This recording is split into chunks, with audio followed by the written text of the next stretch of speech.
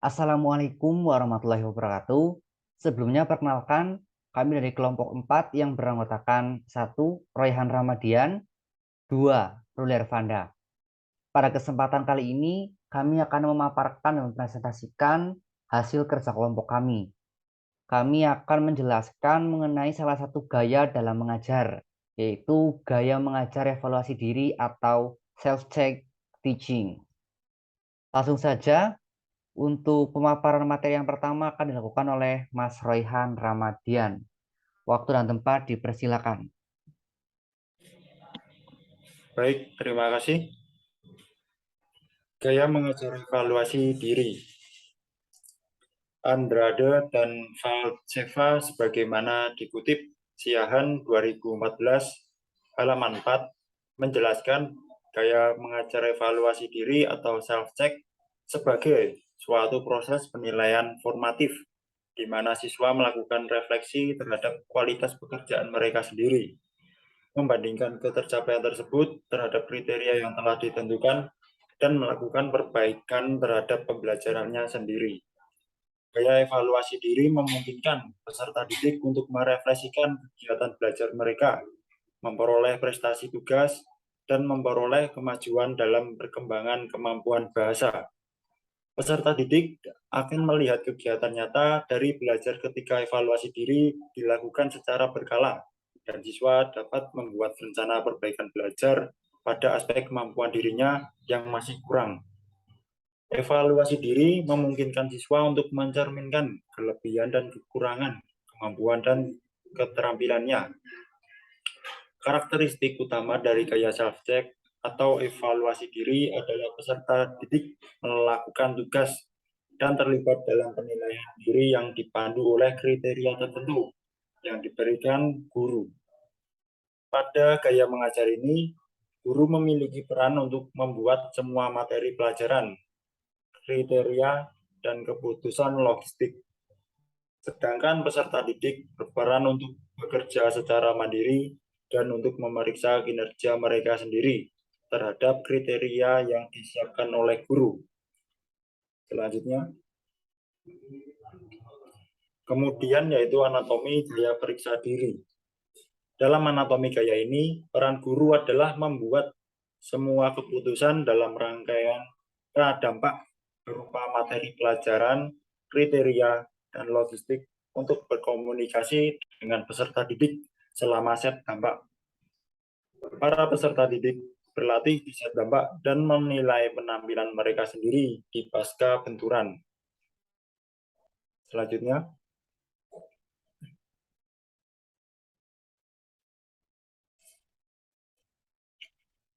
pokok bahasan dalam gaya evaluasi diri. Yang pertama itu untuk mengembangkan kesadaran performance. Dimensi yang utama dari pengembangan ini adalah kesadaran kinestik. Dan yang kedua, kesadaran kinestik dapat dicapai melalui latihan, mengamati performance diri sendiri, dan kemudian menilai berdasarkan kriteria. Fungsi gaya evaluasi diri yaitu mengurangi ketergantungan siswa pada umpan balik dari luar dan mulai berpedoman pada umpan balik dari diri sendiri, menggunakan kriteria untuk meningkatkan atau mengoreksi diri, memelihara kejujuran dan keobjektifan tentang penampilan siswa, dan menerima ketidakcocokan dan keterbatasan sendiri. Melanjutkan proses individualis dengan membuat keputusan pada saat atau selama dan sesudah pertemuan. Selanjutnya, penerapan gaya pemeriksaan diri. Dalam gaya ini, guru memberikan kesempatan kepada peserta didik untuk mengembangkan wawasan tentang keterampilan dan membandingkan kinerja mereka terhadap model. Namun, perilaku ini kurang cocok dilakukan untuk peserta didik pemula atau peserta didik yang tidak menunjukkan tingkat keberhasilan tertentu dalam tugas keterampilan motorik atau aktivitas tertentu. Terlalu awal meminta individu yang tidak berpengalaman untuk membuat keputusan penilaian diri ketika mereka tidak memiliki kompetisi dasar dalam melakukan sebuah keterampilan. Oleh karena itu, tugas yang dipilih, dan bentuk kriteria yang dirancang sangat penting untuk mencapai tujuan perilaku ini. Selanjutnya, strategi penerapan evaluasi diri. Siahan 2014 halaman 6 menyebutkan strategi-strategi penerapan evaluasi diri yang telah dirangkumnya berdasarkan pendapat para ahli, antara lain: 1. Menjadikan evaluasi diri terintegrasi dengan pembelajaran. Kedua, pastikan siswa memahami nilai dari evaluasi diri, yaitu sebagai penilaian formatif yang sangat berguna untuk memberikan informasi tentang kemajuan diri sendiri dan bukan untuk memberikan angka pada diri sendiri. Ketiga, memberikan kriteria yang jelas. Evaluasi diri dengan kriteria yang jelas dapat meningkatkan pencapaian belajar. Keempat, siswa, teman, dan guru bekerja sama dalam menerapkan evaluasi diri. Kelima, memasukkan evaluasi diri dalam portofolio siswa. Keenam, menyediakan pertanyaan-pertanyaan yang dapat membantu siswa dalam melakukan refleksi terhadap pekerjaan yang telah diselesaikan. Ketujuh, melakukan variasi dalam pelaksanaan penilaian diri. Selanjutnya, implikasi dari gaya periksa diri. Penilaian diri dan kesempatan untuk menilai kinerja seseorang merupakan langkah besar menuju kemandirian.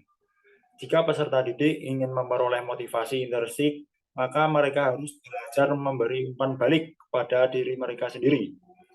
Self-check menyarankan bahwa guru menghargai kemandirian siswa. Guru menghargai kemampuan siswa untuk mengembangkan sistem pemantauan diri. Guru mempercayai siswa untuk jujur selama proses ini. Guru memiliki kesabaran untuk mengajukan pertanyaan yang berfokus pada proses pemeriksaan diri serta kinerja tugas. Pelajar dapat bekerja secara pribadi dan terlibat dalam proses pemeriksaan diri. Pembelajar dapat menggunakan self-check sebagai umpan balik atau perbaikan. Pelajar dapat mengidentifikasi batasan, keberhasilan, dan kegagalannya sendiri. Kemudian untuk materi selanjutnya akan disampaikan oleh Mas Uli Irfanda. Untuk waktunya saya persilahkan. Baik, selanjutnya adalah memilih dan merancang materi pokok dan lembar kriteria. Tidak semua tugas dalam pendidikan jasmani itu sesuai atau cocok untuk gaya evaluasi diri. Kriteria untuk pemilihan tugas adalah bahwa peserta didik harus memiliki beberapa kecakapan dalam melakukan tugas sebelum mereka dapat terlibat dalam penilaian diri pada pasca dampak, dan durasi pendek dari banyak tugas fisik tidak memberikan banyak waktu bagi peserta didik untuk belajar banyak tentang kinerja. Hubungan antara gerakan tubuh dan hasil akhir dari gerakan akan memberikan umpan balik langsung kepada peserta didik. Dan kemungkinan untuk memeriksa diri sendiri menggunakan kriteria tertentu yang telah disiapkan oleh gurunya. Kemudian yaitu ada komentar khusus dalam gaya evaluasi diri.